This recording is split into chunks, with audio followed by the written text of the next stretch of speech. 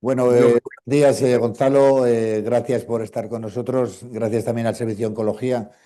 Aquí los Servicios de Oncología tiene una larga experiencia en la organización de sesiones que se organizan todos los miércoles de cada mes y en lo cual nosotros participamos de vez en cuando.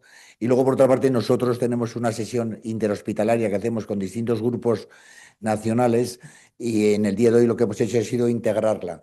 Por eso estarán conectados posiblemente o se van a conectar grupos nacionales que participan en nuestra sesión y que os agradecemos también que asistáis, aunque sea a un modelo diferente, pero que de vez en cuando lo haremos porque creemos que merece la pena tocar aspectos que no son tan frecuentes, que son a veces controvertidos, pero que en definitiva son líneas de trabajo que yo creo que evidentemente son el futuro, ¿no?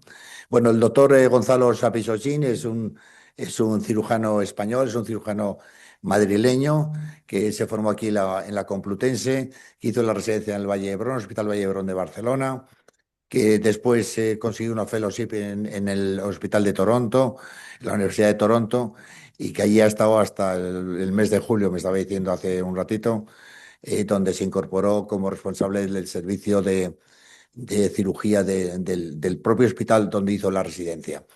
Tiene una trayectoria brillantísima en el campo del trasplante, la cirugía HPV, y realmente él tiene una tremenda experiencia. Os aconsejo que veáis el PubMed sobre todas sus publicaciones sobre el concepto nuevo de Transplant Oncology, que no es tan nuevo, que es un concepto que lleva ya pues posiblemente 15 años ya, pero sí que es cierto que se ha ido incorporando progresivamente y que va cogiendo cada vez más fuerza.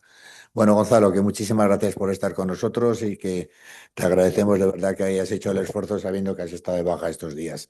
Cuando tú quieras, estamos a tu disposición.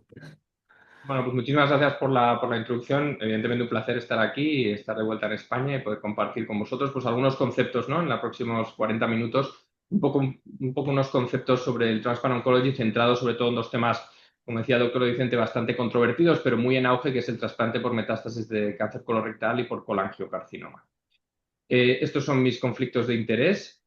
Entonces, he pensado que los primeros 2 o 3 minutos voy a hablar un poco en general de lo que es la oncología del trasplante, el Transplant Oncology, que es verdad que hemos ido trabajando mucho, pero como les enseñaré en un momento, es algo que no solo lleva 15 años, sino que al principio de trasplante, para los no trasplantadores de la sala, pues les explicaré que los primeros trasplantes que se hicieron, ahora les enseñaré, fueron por cáncer, ¿no? Pero el Transplant Oncology realmente pensamos en cuatro pilares. Uno, que es principalmente de lo que voy a hablar, que es la evolución multidisciplinar del tratamiento del cáncer utilizando el trasplante como un medio de tratamiento. Luego hay un tema muy quirúrgico que, bueno, el doctor Vicente evidentemente es una eminencia en este tema, que es utilizar técnicas del trasplante para aumentar los márgenes de la cirugía resectiva, ¿no? Como en cáncer de páncreas, resecciones vasculares, perfusiones in situ en hígado. Y luego hay dos conceptos más, bueno, digamos más de ciencias básicas que yo creo que son muy interesantes. Uno es este concepto de que ahora muchos de los cánceres de los que vamos a tratar se tratan con inmunoterapia y cómo es esa relación entre la inmunoterapia pretrasplante, la inmunosupresión y demás, que es un tema muy en auge.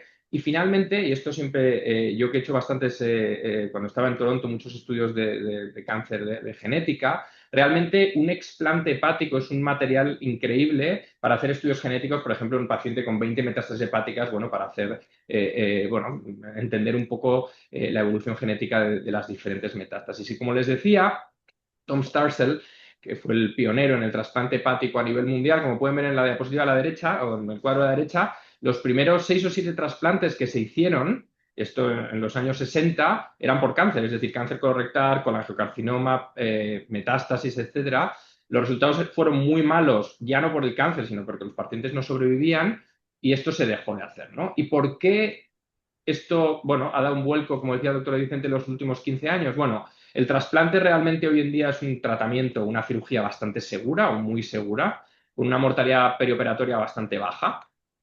Realmente hemos aumentado mucho los injertos y les hablaré un poco los hígados que podemos utilizar. Les hablaré un poco de esto al final. Realmente en España estamos en una situación privilegiada.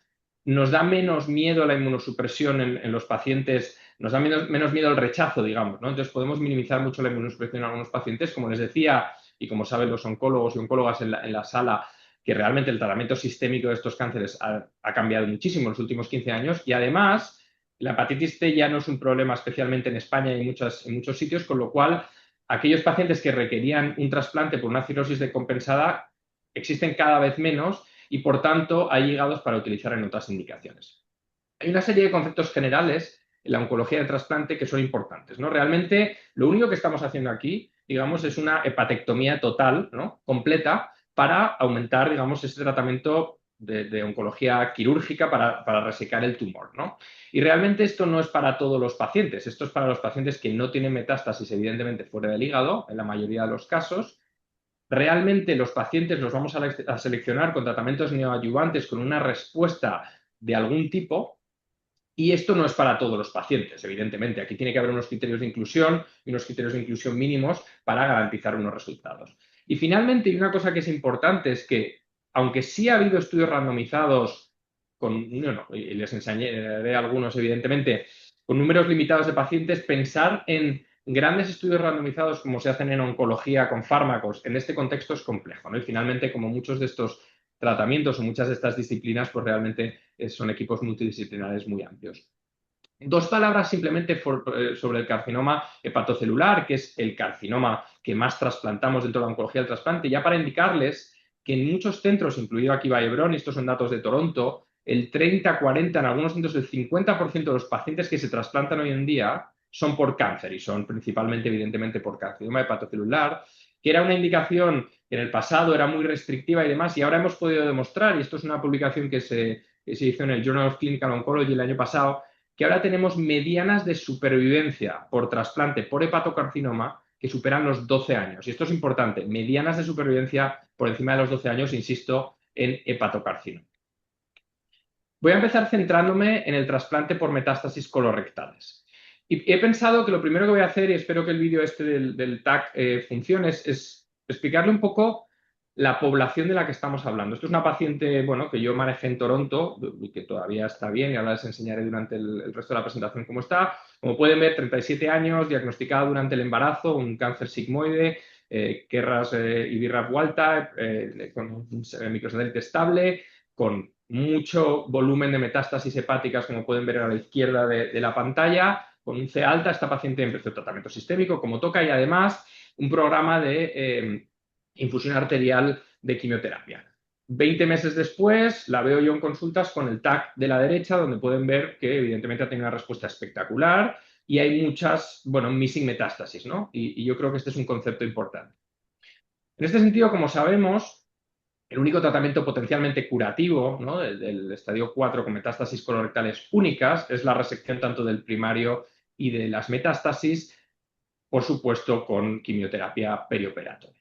Y a mí me gusta bastante esta diapositiva que explica un poco en pacientes que tienen metástasis hepáticas bilobares cuál es el tratamiento, porque tenemos muchos, ¿no? Y en su centro, donde se hacen hepatectomías resectivas muy amplias, igual que las que hacemos aquí, pues realmente a veces es diferente decidir, ¿no? Y podemos hacer, pues, preservación de parénquima, lo que llamamos la técnica Swiss cheese, ¿no?, que es hacer agujeros en el hígado. Podemos hacer hepatectomía en un estadio y metastasectomías en otra, two-stage, podemos hacer ALPS, podemos incluir ablación, podemos hacer terapia intraarterial, y realmente es esta población, ¿no?, donde hay metástasis hepáticas profundas en los dos lóbulos, donde el trasplante, pues, puede ser una posibilidad. Y lo que es importante es que hoy en día, al menos por ahora, el trasplante se reserva para los pacientes que tienen enfermedad no resecable. Y ahora bien, es cierto que decidir qué es no resecable a veces es complejo, ¿no? Y a lo mejor es muy diferente lo que es no resecable para mí que lo que es para el doctor de Vicente, por ejemplo, ¿no?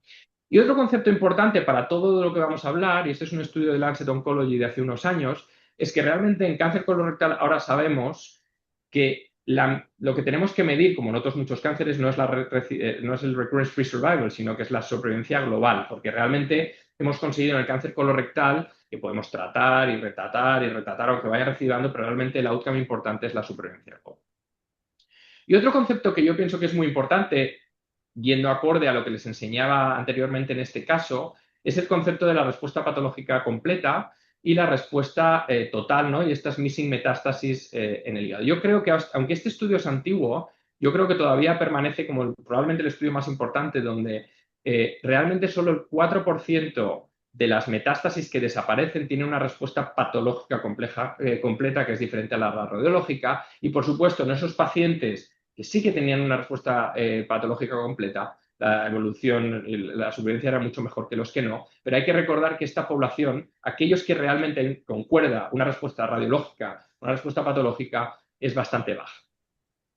En este sentido, ya centrándonos en los estudios de trasplante por metástasis colorectales, estos estudios son los iniciales. Este fue el primer estudio que se hizo en Oslo, donde se empezaron a trasplantar a estos pacientes. Es un estudio observacional, pequeño, pero que básicamente lo que indicaba es que la supervivencia a 5 años era bastante buena, 60%, aunque todos los pacientes en ese grupo recidivaban. Aún así, en aquel momento ya se definió lo que conocemos como los Oslo Score, que son una serie de marcadores de mal pronóstico, cuando hay un tumor mayor de 5, una metástasis mayor de 5 centímetros, un CA mayor de 80, que los pacientes progresen en quimioterapia o que el diagnóstico entre el tumor primario y el trasplante sea menor de 2 años, y con esto se concreta este Oslo Score. El grupo de Oslo sigue haciendo estudios observacionales, esto no es un estudio randomizado, y evidentemente tiene muchos sesgos de selección, pero en este estudio hacían un matching de pacientes similares que recibían un trasplante a los que no recibían un trasplante, recibían terapia solo con quimioterapia, y estamos hablando de enfermos con metástasis hepáticas únicas y no fuera del hígado, y simplemente para indicar que ya en este estudio se intuía que probablemente el trasplante tenía una supervivencia global mejor que aquellos pacientes que se trataban con quimioterapia. Aún así, como decía, todos los pacientes recidivaban en esta serie, pero también es importante decir que la mayoría de estas metástasis son metástasis pequeñas, de lento crecimiento en los pulmones. Y por tanto, cuando ellos miraban la supervivencia post-recidiva, es decir, el paciente se trasplantaba, recibía el pulmón y luego hacían muchos tratamientos resectivos o incluso observacionales, mirando cómo evolucionaban estas metástasis, o incluso con radioterapia, la supervivencia post-recidiva era bastante buena, de 50% a 5%. En este sentido, hicieron más estudios observacionales, y este es un estudio que mira a largo plazo esos pacientes del primer estudio que se llamaba el SECA-1, es como se llamaba el trial, y clasificaba a los enfermos dependiendo de su Oslo score. Aquellos que tenían un Oslo score muy bajo, como pueden ver, alcanzaban una supervivencia del 50% a 10 años, que en aquel momento pues era algo bastante único, y en aquellos pacientes perdón, que tenían un Oslo score más alto de 4, realmente la supervivencia no era tan adecuada. Luego ellos optimizaron un poco el ensayo y optimizaron un poco sobre todo los criterios de inclusión, siendo algo más restrictivos, porque incluso en el primer SECA-1 había pacientes que estaban progresando en quimioterapia, pacientes que tenían tumores muy grandes, y realmente cuando refinaron un poco el ensayo, alcanzaron, insisto, esto es otro estudio observacional con pocos pacientes, una supervivencia a 5 años del 67%, una supervivencia libre de enfermedad de 65% a 5 años en pacientes que recidivaban y que luego recibían tratamiento de aquella recidiva.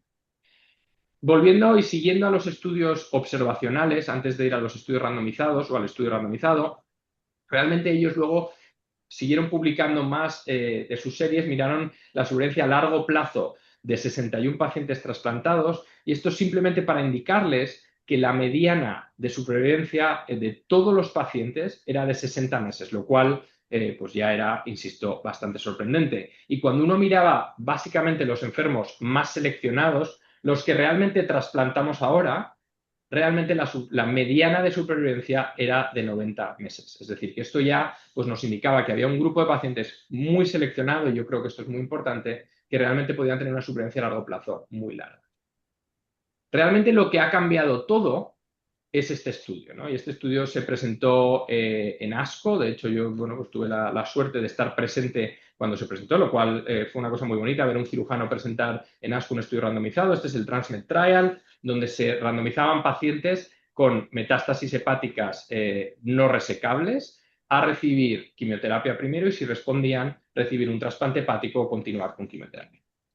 No me voy a centrar en detalle en esta tabla 1, pero simplemente para indicarles, bueno, que la mayoría de los pacientes tenían tumores colon izquierdo, la mayoría sigma, la mayoría no tenían ninguno, o sea, es decir, el BRAF era B600E, es una contraindicación, pero la mayoría no tenían una mutación de RAS, la mayoría tenían metástasis sincrónicas, y como pueden ver a la derecha, el tiempo entre el diagnóstico del cáncer colorectal y la randomización pues era bastante largo, por encima del año.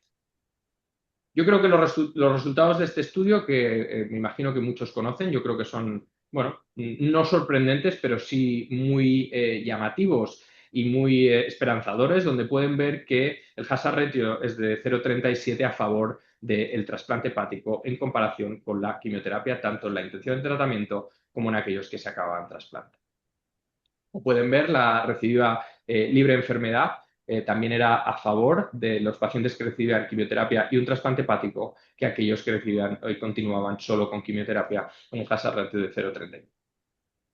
Nosotros en Toronto, y mucho antes de que se publicara este ensayo clínico, ya teníamos un protocolo que hemos estado bueno, pues trabajando durante muchos años, por lo menos 12 años, donde por un tema de accesibilidad a órganos, en ese caso hacíamos donante vivo donde un familiar o un amigo podía donar parte de su hígado para el trasplante de un receptor con metástasis hepáticas de cáncer colorectal.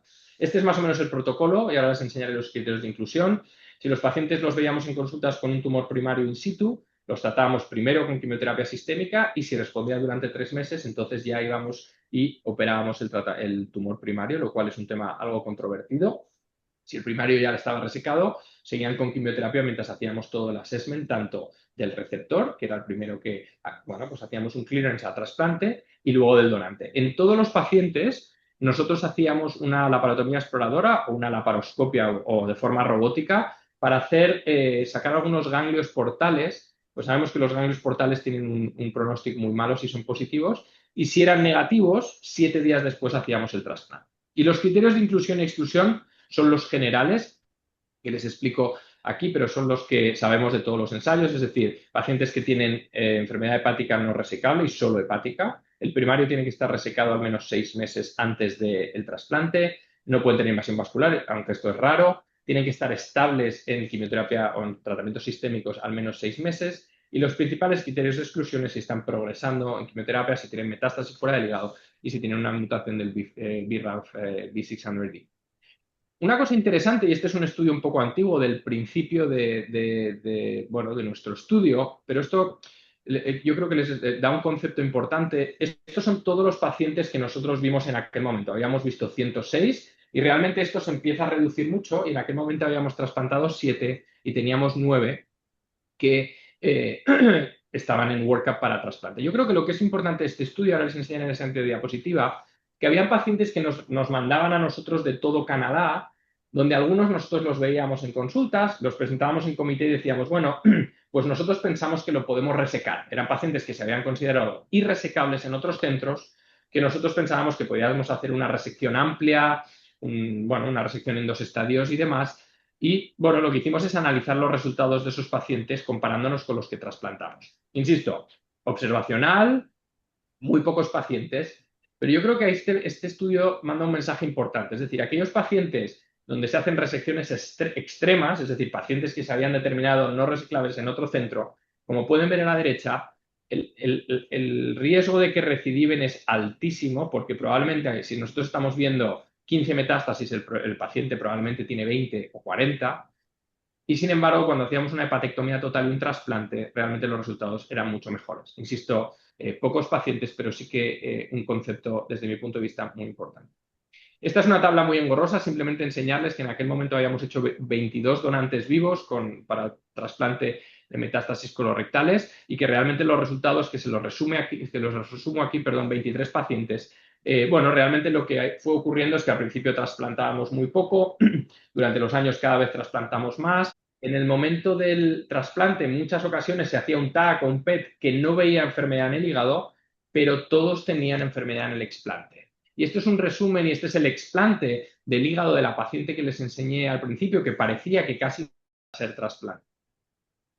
Esto es un poco un resumen, ¿no?, de los pacientes que se han trasplantado, los que no se han trasplantado. Todavía no tenemos resultados analizados, pero pues comentaba que el Hepatic Artery Infusion Pump que se puso, ¿no?, que es un tratamiento que se hace sobre todo en el Memorial Sloan Kettering y que ahora parece que hay más centro. Nosotros en Canadá había un centro en Toronto, un centro de una persona que se había formado y había muchos pacientes que se veían y que se mandaban o que ya venían con una bomba de infusión. Entonces esto, para los que no lo conozcan, es una bomba que va directa a la arteria hepática y que es como un hockey puck, ¿no?, de tamaño, que realmente va subcutáneo. Y simplemente para indicar que este dispositivo hace una reacción en la porta que es bastante complejo a la hora de hacer trasplantes, ¿no? Y cuando hacíamos donante vivo, pues realmente necesitamos en muchos casos poner injertos arteriales y demás. Y bueno, una nota de aviso, ¿no? De que se puede realizar, pero que realmente hace que el trasplante sea más complejo. Nosotros, de hecho, publicamos en Liver Transplantation nuestra experiencia con 5 casos, que probablemente es de las más extensas que hay,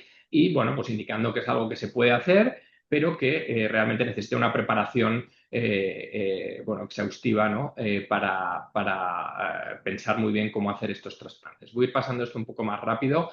Esto simplemente es para indicar que, bueno, que el tema de las metástasis colorectales realmente ha llegado mucho a la comunidad de oncología, y esto es una publicación que se hizo en JCO el año pasado, era una especie de comentario, bueno, indicando un poco para poner en awareness al mundo de la oncología médica de que esto es un tratamiento, de que estos pacientes pues, realmente se pueden beneficiar de ser vistos en centros de trasplante. Como hemos perdido un poco de tiempo, voy a pasar un poco más rápido. Otra de las preguntas realmente, y ahora hay 2 estudios más que les enseñaré, es realmente, como les indicaba, aquellos pacientes que tienen mucha carga tumoral o que tienen mucha enfermedad en el hígado, sobre todo aquella miliar, ¿no? Aquellos enfermos que tienen mucha enfermedad bilobar, pues el grupo de Oslo ya ponía en esta pregunta, ¿no? De decir, oye, ¿y si hacemos una hepatectomía en 2 tiempos con una embolización portal? ¿Es mejor hacer esto o es mejor hacer un trasplante, ¿no? Y esto, insisto, un estudio no randomizado, pues realmente demostraba con muchos sesgos de selección que quizás el trasplante era mejor. Y de hecho tenemos 2 estudios que se han publicado ahora recientemente en los últimos meses, los 2 en Annals of Surgery, que se hacen la misma pregunta, ¿no? Si uno tiene una enfermedad bastante amplia bilobar y hay que hacer alguna hepatectomía pues, extrema, como es un ALPS, como son two-stage hepatectomy, ¿es mejor trasplantar a estos enfermos o es mejor hacer una hepatectomía?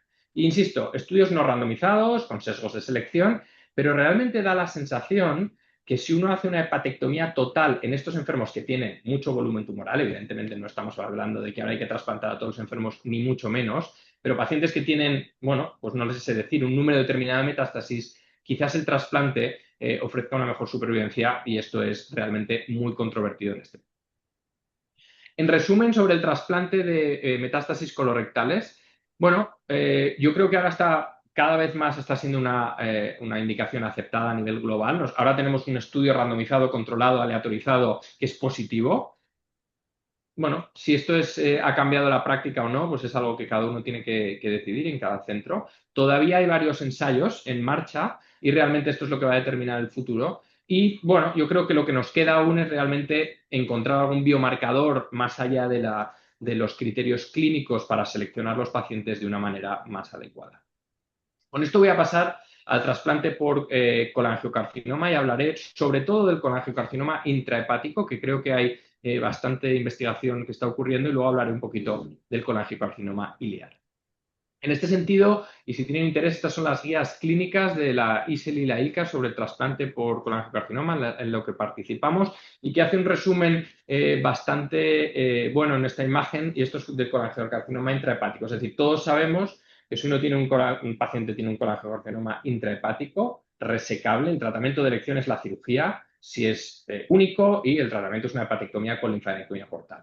Con lo cual, dejamos esos pacientes de lado. Los pacientes que se pueden trasplantar y que son de los que vamos a hablar son aquellos que son cirróticos, que tienen hipertensión portal, que no son resecables, y ha habido varios estudios que demuestran que si uno tiene un tumor pequeño, menor de 2 o 3 centímetros, los resultados pueden ser muy buenos, y esto se ha incluido ahora, les enseñaré en guías clínicas. Y luego hablaré de aquellos pacientes, sobre todo pacientes con hígado sano, que tienen estos tumores muy grandes que habitualmente crecen alrededor de las venas hepáticas, que no son resecables o que son resecables con cirugías muy complejas, o pacientes que tienen enfermedad multifocal, y les enseñaré dónde estamos en este estudio.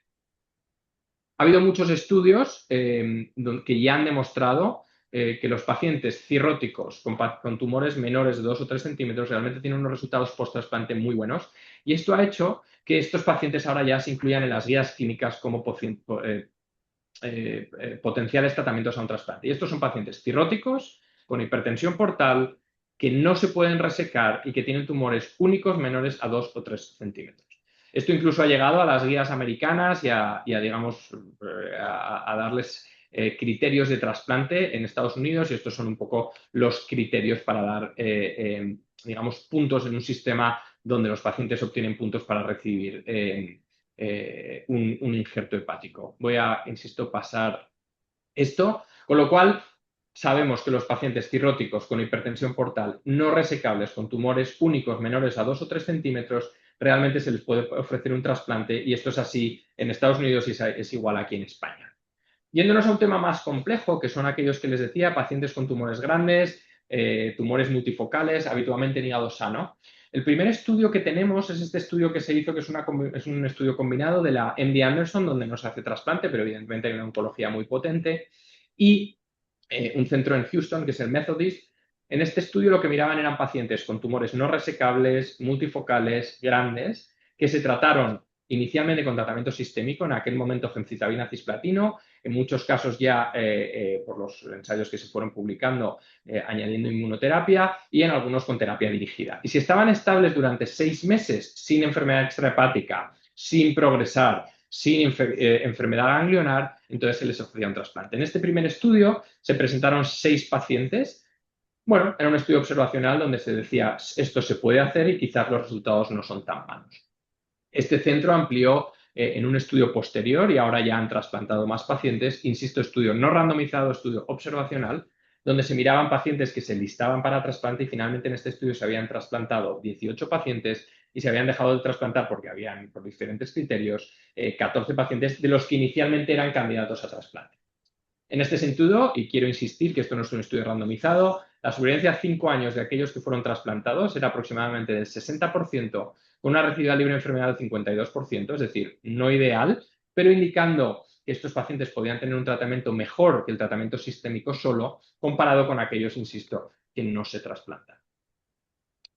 Aunque es difícil comparar estudios, este es un estudio interesante que mira a pacientes que tenían enfermedad cáncer colangiocarcinoma intrahepático multifocal, que se trataban con resección, si era básicamente un bilobar, o otra vez con bomba de infusión intraarterial. Y esto simplemente para indicarles que en aquellos pacientes que digamos que son similares, aunque estamos evidentemente comparando estudios diferentes, eran similares a aquellos que se trasplantaba realmente la supervivencia, tanto libre de enfermedad de todos los pacientes o aquellos que tenían 4 lesiones o más, era muy pobre, aproximadamente el 5 al 10%.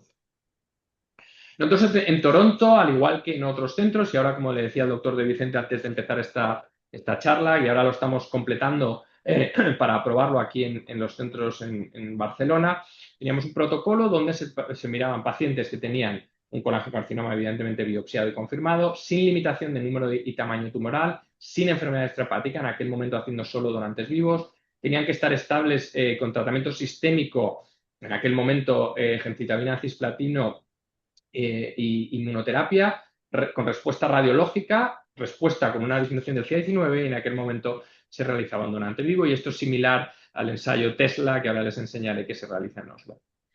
Les voy a enseñar 2 estudios, insisto, casos clínicos. Esto es un estudio italiano donde se hace una combinación de muchos tratamientos, como pueden ver, tratamiento sistémico, TARE y demás. Bueno, y en tratamientos dirigidos, en este estudio pues hay una paciente que recibió pemigatinib y aquellos que estaban estables durante, bueno, pues en este caso 5 o 17 meses, se trasplantaban y, bueno, en algunos casos con buenos resultados. Esto es muy similar a los primeros resultados del Tesla Trial en Oslo. Lo mismo, como pueden ver, enfermedad hepática bastante amplia y realmente pues la posibilidad de realizarlo en este estudio habían trasplantado 5 pacientes, de los cuales 3 estaban vivos sin recidiva, con lo cual estudios muy preliminares simplemente para indicar que quizás hay un grupo de pacientes que se pueden ver. Esta es una experiencia de WashU en Estados Unidos, donde también es muy similar, neoadyuvancia, combinación de neoadyuvancia con tratamientos locorregionales y un poco, bueno, pues enseñarles los resultados que también parecen inicialmente que pueden ser beneficiosos. Con esto voy a pasar al tratamiento, al trasplante por carcinoma periliar y voy a ir bastante rápido aquí porque esto es una indicación más, digamos, más extendida. Digamos que la indicación es para pacientes que tienen tumores, bueno, que tienen por lo menos una citología positiva, que a veces es difícil de conseguir, o que tienen un CDA19 elevado sin colangitis y sin ictericia, que tienen un tumor que tiene un diámetro radial menor de 3 centímetros, el tumor tiene que estar por encima del conducto cístico y estos son pacientes, vuelvo a lo mismo, que son irresecables. El protocolo que más se desarrolló es el protocolo de la Mayo, donde básicamente se hace un tratamiento neoadyuvante con radioterapia externa, braquiterapia y en aquel momento con capecitabina. Nosotros ahora hemos cambiado mucho el protocolo. Hay dudas, y ahora les enseñaré algunos datos del estudio español de si la radioterapia realmente se necesita, y ha habido bastante morbilidad con la radioterapia, y ahora pues este protocolo se ha cambiado con los nuevos tratamientos y con las nuevas combinaciones de tratamiento, y se tratan con gemcitabina, cisplatino y durvalumab. Voy a pasar esto rápido por tema de tiempo, pero simplemente indicarles que los pacientes que se trasplantan dentro del protocolo de la Clínica Mayo, que reciben neoadyuvancia y luego el trasplante, pueden tener una supervivencia post-trasplante de hasta el 67% a 5 años en los pacientes que tienen, a 10 años, que tienen colangitis esclerosante primaria, y un 50% a 5 años en los que no tienen colangitis esclerosante primaria. Insisto, creo que estos son resultados muy esperanzadores para pacientes donde el tratamiento sistémico, pues realmente la supervivencia es bastante menor. Como decía, voy a pasar los datos de Toronto, pero sí enseñarles que en España existe un estudio que dirige una de las adjuntas aquí del servicio, la doctora Dopazo, donde, como pueden ver, se han incluido 16, se han trasplantado 21 de 16 pacientes. La supervivencia global es del 62%, pero realmente hemos visto que hay una mortalidad posoperatoria muy alta y complicaciones vasculares muy altas, y ahora hay todo un proceso donde estamos revalorando si realmente la radioterapia, que hace que la porta sea muy compleja a la hora de hacer un trasplante, sea totalmente necesaria. Simplemente para finalizar un poco los criterios de trasplante por carcinoma periliar, y estas son las guías de consenso del Consenso Mundial de Trasplante Hepático. Los criterios tienen que estar basados en los de la Clínica Mayo, que, como les decía, es tumor único menor de 3 centímetros, sin enfermedad extrahepática y diagnosticado con un brushing y con células tumorales, que a veces es complejo. Tienen que tener tratamiento neoadyuvante con quimioradioterapia, y la radioterapia, como les digo, está ahora en duda. El donante vivo en algunas jurisdicciones, no en España, realmente mejora la accesibilidad de órganos, y hay que estar preparados para hacer injertos en estos pacientes, ya que la porta queda muy dañada. Voy a pasar a discutir un tema que yo creo que es muy interesante, que es toda la parte de tratamientos dirigidos y tratamientos sistémicos en el colangiocarcinoma, que creo que van a cambiar bastante el concepto de lo que tenemos ahora de trasplante de oncología en el colangiocarcinoma, y que ya lo están haciendo. Como muchos saben, el colangiocarcinoma pues, es muy diferente, y ahora tenemos muchos estudios genéticos que lo demuestran. Realmente nosotros hemos trabajado mucho en la biopsia líquida en este contexto, y creo que en los próximos años quizás esto nos va a ayudar a decidir qué pacientes pueden ser candidatos no solo a resección, pero a trasplante en este caso. Y evidentemente, para los que están en la sala, saben que el tratamiento del colangiocarcinoma pues realmente se ha revolucionado bastante, con resultados modestos, ¿no? en estos dos ensayos clínicos, en TOPAZ-1 y en el Keynote 966, pero realmente, como cuando uno mira los subgrupos, parece que, bueno, pues que los resultados son algo mejores en los pacientes que tienen colangiocarcinomas intrahepáticos. Nosotros en Toronto, yo dirigía o codirigía un registro que mirábamos alteraciones genéticas, y como muchos saben, nosotros habíamos analizado más de 150 colangiocarcinomas. Como nosotros lo que vimos es que hasta el 50% de los pacientes tienen mutaciones que son potencialmente targets para tratamientos dirigidos. Y como muchos saben, realmente, pues hay una gran revolución en los tratamientos dirigidos para algunos de estos pacientes. Quizás no para tratamiento curativo, pero quizás sí como puente al trasplante, y evidentemente esto está, todavía cambiando, y todavía muchos estudios que requieren, pero realmente, con todos los tratamientos que hay ahora, pues somos de la idea que quizás muchos de esos tratamientos empezarán más a tratarse quizás en primera línea en pacientes no metastásicos, que quizás nos ayuden a controlar estos tumores para posteriormente trasplantar. Y lo mismo ocurre con tratamientos locorregionales, como puede ser la TARE o la bomba de infusión intraarterial, que, insisto, quizás no como tratamiento definitivo, pero quizás sí como puente al trasplante. Y esto simplemente para enseñarles que ya esto se presentó en ASCO el año pasado, que ya hay algunos estudios que demuestran, ¿no?, el uso de tratamiento de inmunoterapia pretrasplante en algunos de estos pacientes con colangiocarcinoma. Esto simplemente para indicarles, y paso rápido, que hay muchos ensayos clínicos en marcha.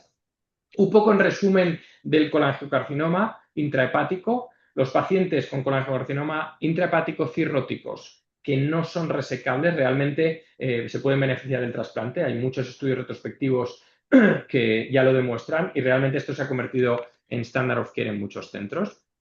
Los pacientes con tumores más grandes, tumores multifocales, habitualmente en hígado sano, pues realmente sabemos que la cirugía, los resultados son muy malos, desafortunadamente. Es cierto que la mayoría de los pacientes, si se operan, recidivan en el hígado y, por tanto, bueno, pues pienso que tenemos mucho trabajo por delante, pero que hay algunos pacientes que se pueden beneficiar del trasplante y cada vez hay más estudios en marcha.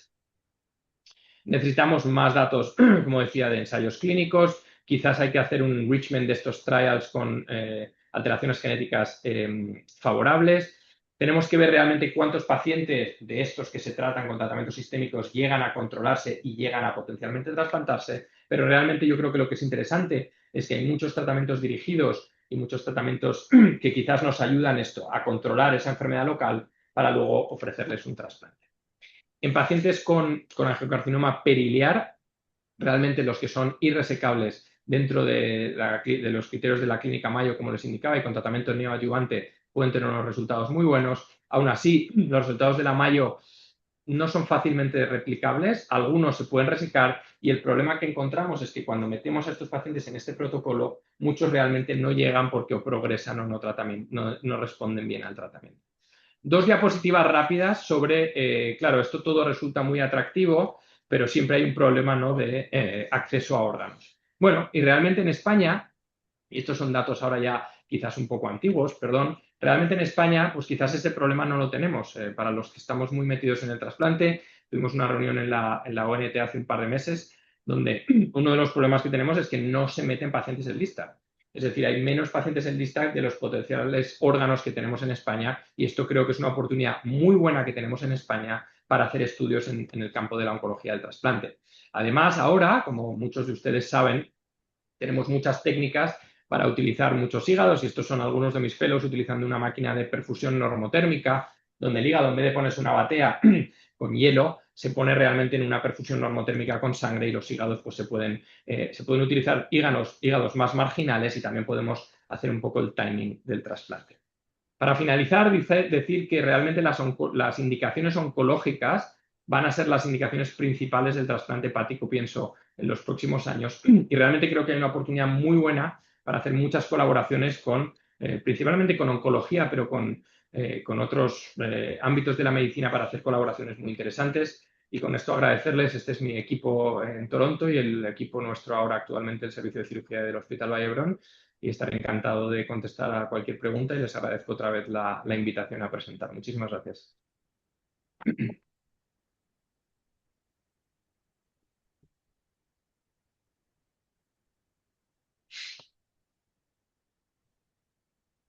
Hola, buenos días. Soy Antonio Cubillo, de Oncología. Muchas gracias por la charla que ha estado fenomenal, ¿eh? Dos preguntas referidas a la primera parte. Una que entiendo que os encontráis en la vida real y que nos encontramos aquí también, que es pues típico paciente que al principio pues tuvo, además de la enfermedad masiva hepática, pues dos nublitos pulmonares de 5 milímetros, que a lo mejor se radiaron, ha respondido bien al tratamiento sistémico, ha pasado año y medio, 2 años, y por ese inicio está fuera de protocolos. Entonces la pregunta ahí es, bueno, si lo estáis discutiendo, os lo planteáis, ¿no? Porque son pacientes que al final tienen el mismo pronóstico, ¿no?, que un paciente que no ha tenido enfermedad fuera del hígado. Esta es una pregunta.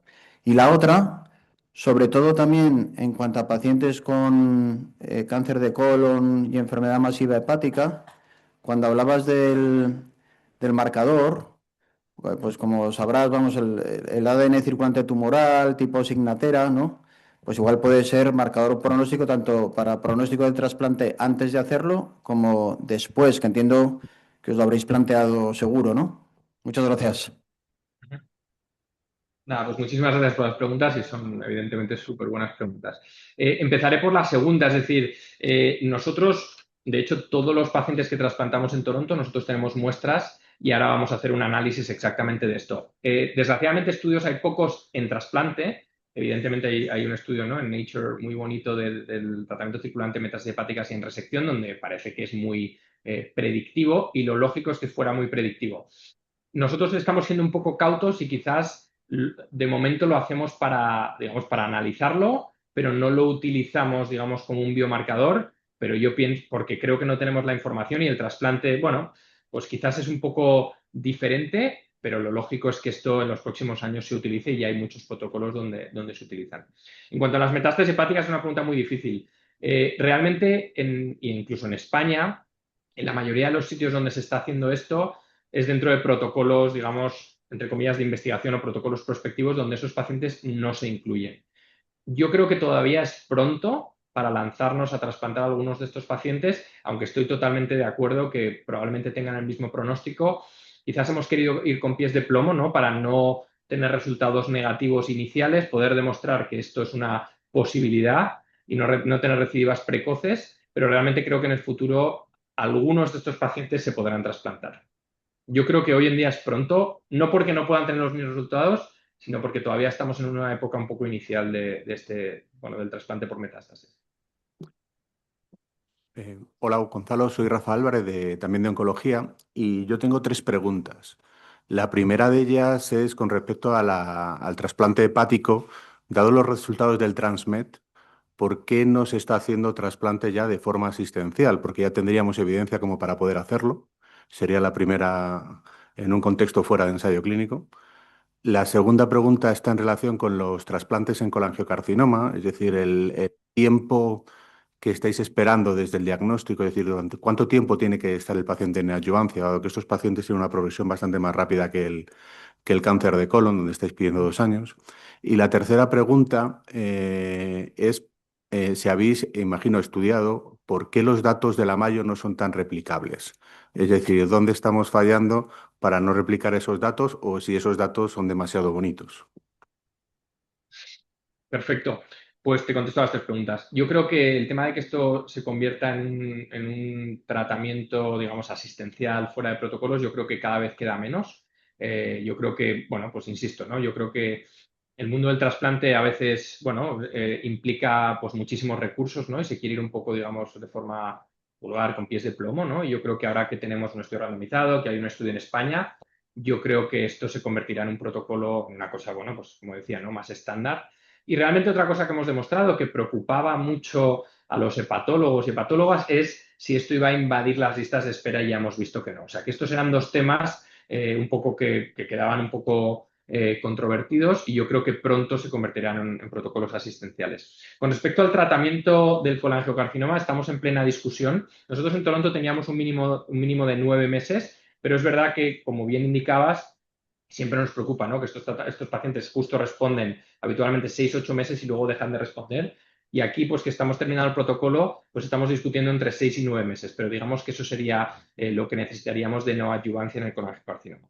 Y finalmente, el tema de la Mayo, yo creo que hay 2 temas. Uno es, o al menos la experiencia aquí, no puedo decirte porque llevo muy poco tiempo, pero la experiencia que teníamos en Toronto. Uno es que en la Mayo tienen mucha colangitis esclerosante, mucha, y evidentemente esos pacientes son muy diferentes, ¿no? Los pacientes con colangitis esclerosante sí que van muy bien, pero claro, la Mayo es un centro de excelencia y de referencia a nivel de todo Norteamérica para colangitis esclerosante. Y luego creo, y lo digo con mucho respeto, creo que son menos resectivos, es decir, la cirugía oncológica en la Mayo no es tan avanzada como puede ser pues, las cirugías que hace el doctor De Vicente o que puedo hacer yo, quizás más complejo, o que se hacen en Japón, ¿no? Entonces, realmente lo que nos pasaba en Toronto es que los pacientes que llegaban a la Mayo o al protocolo de la Mayo eran los que realmente eran realmente no resecables. Y quizás era un poco diferente a aquellos que se trasplantan en la Mayo. Pero esto es un poco un tema teórico que no puedo demostrar.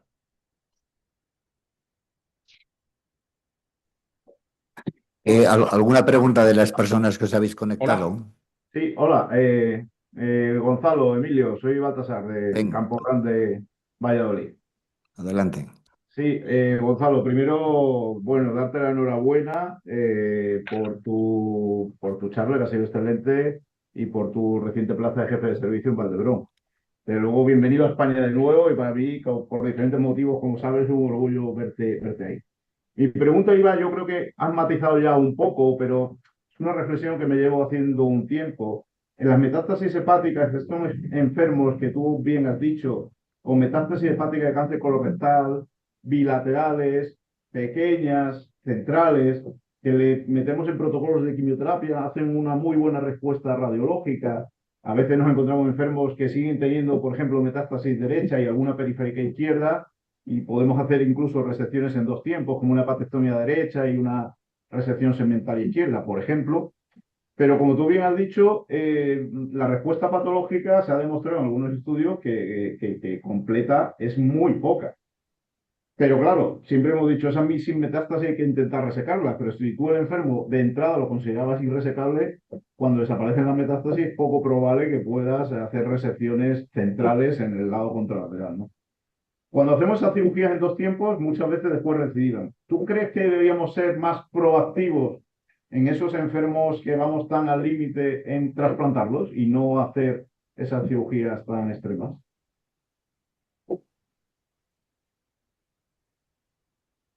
Gracias. Bueno, yo decir que primero te agradezco las palabras. Para los que, bueno, yo lo conozco al doctor Baltasar desde que yo era alumno interno en el servicio del doctor Moreno en el 12 de octubre, con lo cual me hace mucha ilusión sus palabras.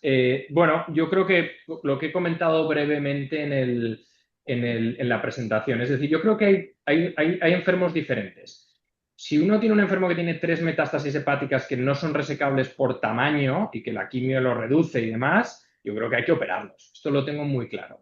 Ahora bien, una enferma como la que he enseñado, que es claramente no resecable de entrada y que se convierte en resecable por missing metástasis, nuestra filosofía, la filosofía que hemos tenido en Toronto y la filosofía que yo tengo aquí y que tenemos aquí, es que si no eran resecables de entrada por enfermedad bilobar, porque tenían muchas metástasis, no son resecables cuando responden.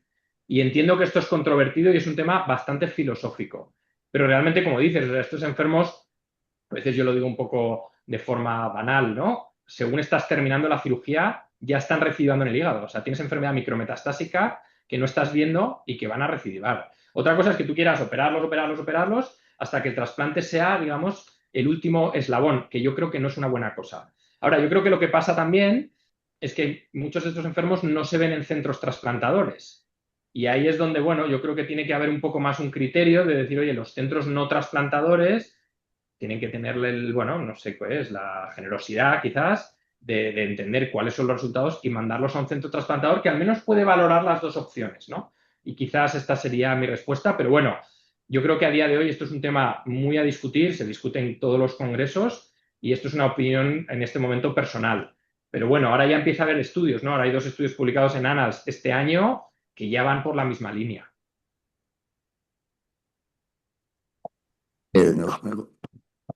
Eh, Carmelo, ¿quieres decir algo? Sí, buenos días a todos. Sí. Y enhorabuena, Gonzalo, por tu charla. Sí, hay un asunto que te quería preguntar. Soy Carmelo Loinaz del Hospital 12 de Octubre, cirugía. Como sabes perfectamente, la Sociedad Española de Trasplante Hepático, en la expansión de criterios que publicó hace unos años, pues hablaba también del colangiocarcinoma intrahepático, como tú decías, pero se recomendaba que fuera dentro de un protocolo de investigación. La ONT también admite esa indicación, pero a día de hoy no tenemos ningún protocolo de investigación a nivel nacional. Yo, creo que es una prioridad ahora mismo y te animo probablemente a liderar esa iniciativa, porque creo que eres la persona indicada, pero ahora mismo es una asignatura pendiente. ¿Cuál es tu opinión sobre esto? Gracias, Carmelo, y encantado de verte. Sí, o sea, totalmente de acuerdo. Quizás comentar 2 cosas rápidas que yo creo que son buenas noticias. Nosotros aquí en los centros catalanes, de hecho, tenemos una reunión a las 12 hoy para finalizar un protocolo prospectivo, observacional, exactamente como dices. Y la otra cosa es que, y esto es un poco primicia y veremos dónde acaba, pero bueno, nos han admitido a una beca Horizon europea con un centro de Rotterdam para hacer un estudio a 5 centros europeos, evidentemente incluyendo España. Veremos dónde acaba, pero digamos que la letter of intent pasó para adelante y estaban muy interesados. Entonces yo, Carmelo, espero darte, es decir, estoy totalmente de acuerdo y espero poder traer buenas noticias y hacer un estudio nacional. Muchísimas gracias, Gonzalo. Un abrazo. Y Y un abrazo. gracias, Emilio, por la iniciativa de la sesión, como siempre. Gracias a ti, Carmelo. Yo quiero hacer tres pequeños comentarios. Y tú lo has dicho, Gonzalo, hace un rato. Esto se trata, estas nuevas indicaciones se trata un poco de reflexión y de filosofía ante la enfermedad. Es decir, en el caso de las metástasis de cáncer colorectal, tú has comentado un problema, que es el problema de las metástasis, micrometástasis no detectadas y que sabemos claramente que existe cuando un enfermo tiene mucha carga tumoral metastásica en el hígado. Pero el segundo también, que es una reflexión que tenemos que hacer los cirujanos, ¿cuál es el beneficio que ofrecemos con estas cirugías extremas? Y el beneficio me refiero por el riesgo que asumen los enfermos, fundamentalmente, bien por volumen hepático. Hay que reflexionar qué ha pasado con el ALPS, cómo se ha quedado como una indicación prácticamente testimonial. Y luego, por otra parte, con cirugías extremas que hacemos, en las cuales más o menos puede ser un gesto brillante quirúrgico, pero la auténtica realidad es que de cara a supervivencia de los beneficios, no hay mucho beneficio para los pacientes. Por tanto, esta es una pequeña reflexión que creo que debemos hacer. Eso en cuanto a las metas.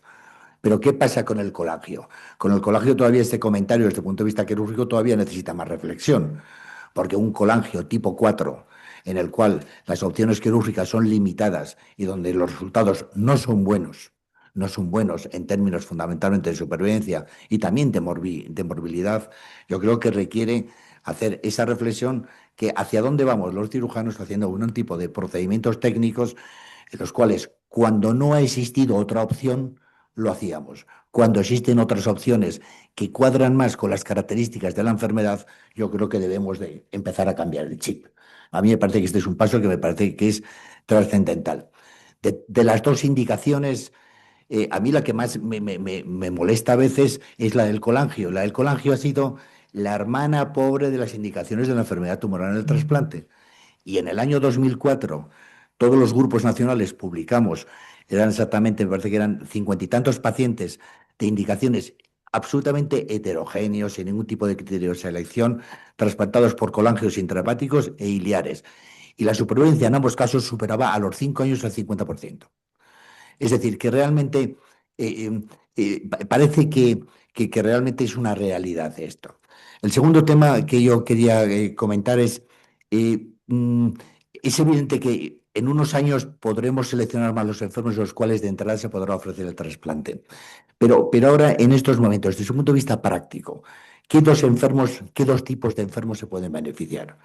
Uno, y esto yo creo que no requiere mucha discusión, el enfermo con enfermedad metastásica hepática de cáncer colorectal, que lleva una supervivencia de 5, de 6 o de 7 años, con enfermedad confinada en el hígado, sin ningún tipo de extensión, y que realmente sabemos que parece como si solamente hubiese una afectación monoorgánica del tumor.